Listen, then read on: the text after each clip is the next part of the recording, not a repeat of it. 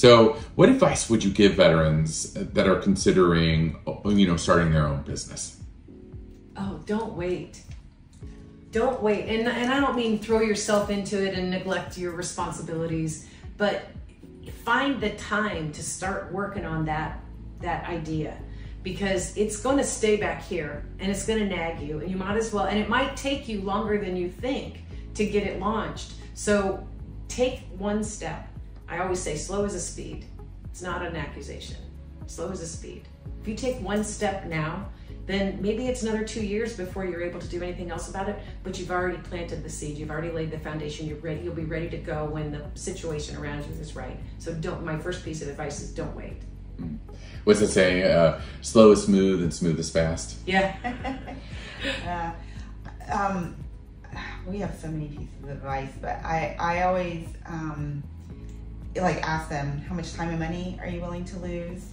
How much revenue do you need to have earned in order to replace your current income?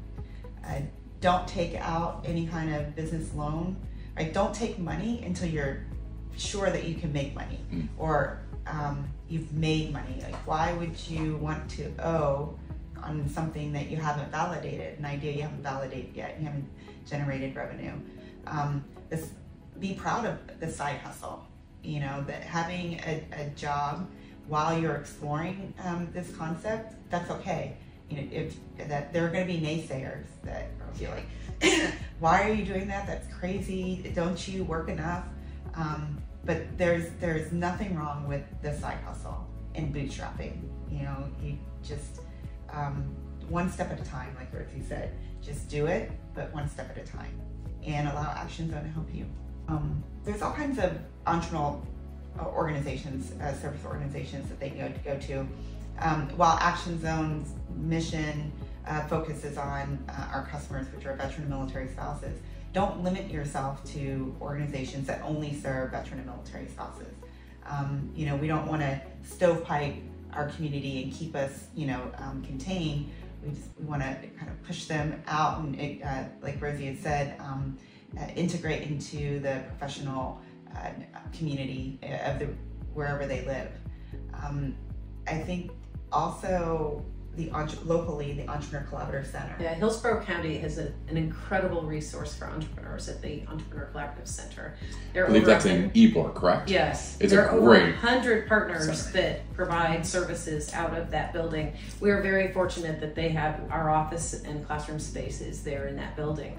But if you're not in Hillsborough County, look for your community, your county resources, because when we started this in 2018, entrepreneurship support wasn't nearly as big. It was bigger than it was when I was doing gig work before it became a movement, but it still wasn't what it is today. So many counties around the country have really robust entrepreneur support organizations because they realize that the Main Street businesses is what's keeping that county alive, especially in really hard times.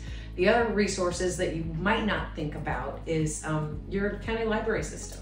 I was shocked in the very beginning of all of this to discover, prior to the pandemic, we had actual business librarians. Did you know that? Business librarians. Idea. Well, I'm going to blow your mind, because not only did they have business librarians, but for their free little library card, you got to access databases on business information, so that when you're trying to identify who your customer avatar was, where do they live, which block, how much money do they make, how many of them are there in this county, is that as many customers as I can get?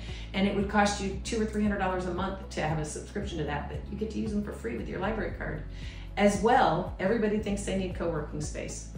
Since 2020, we realized we don't. We can work in our home and everybody's gonna be happy with whatever's on our wall behind us. But the library has rooms that you can use for free to meet with potential clients and to hold meetings with you. We've had board of director meetings at the library as well. They have machines that they have green screens so you can do podcasting.